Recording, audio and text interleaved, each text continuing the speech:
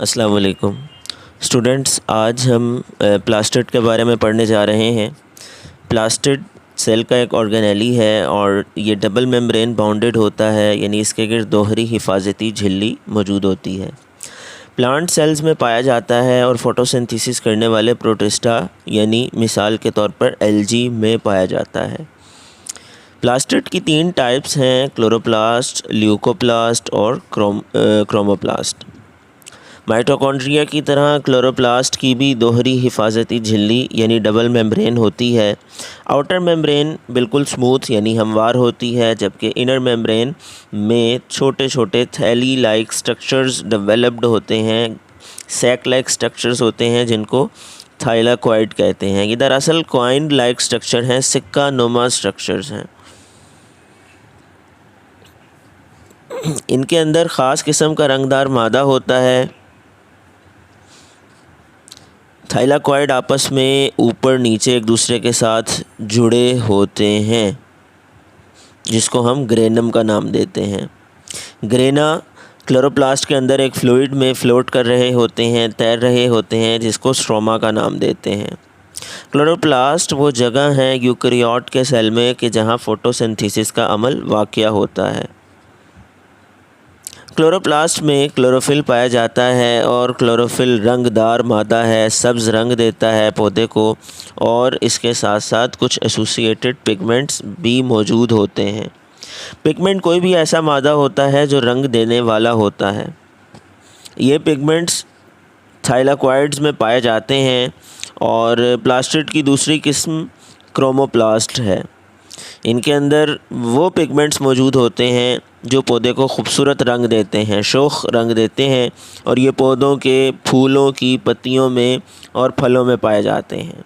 ان کا کام پودوں کے ان حصوں کو رنگ دینا ہے، اور اس طرح سے یہ پولینیشن میں اور ڈسپرسل آف فروٹ میں ہیلپ کرتے ہیں۔ پولینیشن وہ عمل جو پودوں کے اندر سیکشول ریپروڈکشن کہلاتا ہے، اور دوسرا ڈسپرسل آف فروٹ کا مطلب کیا ہے کہ جب خوبصورت رنگ کے پھل لگتے ہیں، ان پھلوں کے اندر بیج موجود ہوتے ہیں، اور وہ بیج جب زمین کے اوپر پھیل جاتے ہیں تو ان سے نئے پودے نکلتے ہیں۔ تیسری قسم لیوکوپلاسٹ ہے، یہ بے رنگ ہوتے ہیں۔ ان کے اندر سٹارچ، پروٹین اور لپڈ سٹور ہوتے ہیں، اور یہ سیلز میں ان پارٹس میں موجود ہوتے ہیں جہاں فوڈ سٹور ہوتی ہے، خوراک ذخیرہ ہوتی ہے۔ نیکسٹ آرگینیلی اینڈوپلازمک ریٹیکولم ہے، اور یہ ایک ساتھ جڑی ہوئی نالیوں کا ایک نیٹ ورک ہے، ایک نظام ہے کہ جو سیل میمبرین سے لے کر کے نیوکلیئر انویلپ تک پھیلا ہوتا ہے۔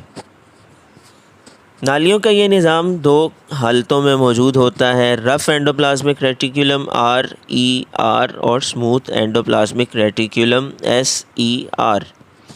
رف اینڈوپلازمک ریٹیکولم کو یہ نام اس لیے دیا جاتا ہے کیونکہ اس کی اپیئرنس رف ہوتی ہے because of presence of ribosome on its surface. اس کی سرفیس کے اوپر، اس کی سطح کے اوپر رائبوسوم موجود ہوتے ہیں، جن کے بارے میں ہمیں معلوم ہے یہ گرینیولر دانے دار سٹرکچرز ہیں۔ ان کی موجودگی کی وجہ سے سرفیس رف نظر آتی ہے، اسی وجہ سے رف اینڈوپلازمک ریٹیکولم کا نام دیا جاتا ہے، اور رائبوسوم کی موجودگی کی وجہ سے یہ پروٹین سینتھیسس میں، پروٹین کے بننے میں ہیلپ کرتے ہیں، بیکاز ہم پریویس لیکچر میں ڈسکس کر چکے ہیں کہ رائبوسوم کا کام پروٹین بنانا ہے۔ دوسری قسم اسموتھ اینڈوپلازمک ریٹیکولم کی ہے، اس میں رائبوسومز نہیں ہوتے ہیں، اس لیے اس کی سرفیس اسموتھ نظر آتی ہے۔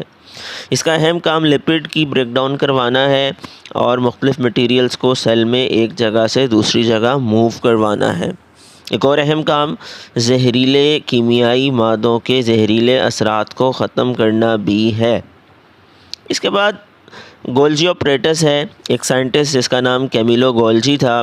اس نے گولجی آپریٹس کو سب سے پہلے ڈسکور کیا اور بتایا کہ یہ پھولی ہوئی تھیلیوں کا ایک مجموعہ ہے، سیٹ آف فلیٹنڈ سیکس ہے۔ فلیٹنڈ سیکس، پھولی ہوئی تھیلیاں۔ ایک تھیلی کو سسٹرنی کہا جاتا ہے۔ اس سیٹ کے اندر بہت سے سسٹرنی آپس میں ایک دوسرے کے اوپر جڑے ہوتے ہیں۔ سٹیکڈ کا مطلب ہوتا ہے ایک دوسرے کے اوپر جڑے ہونا۔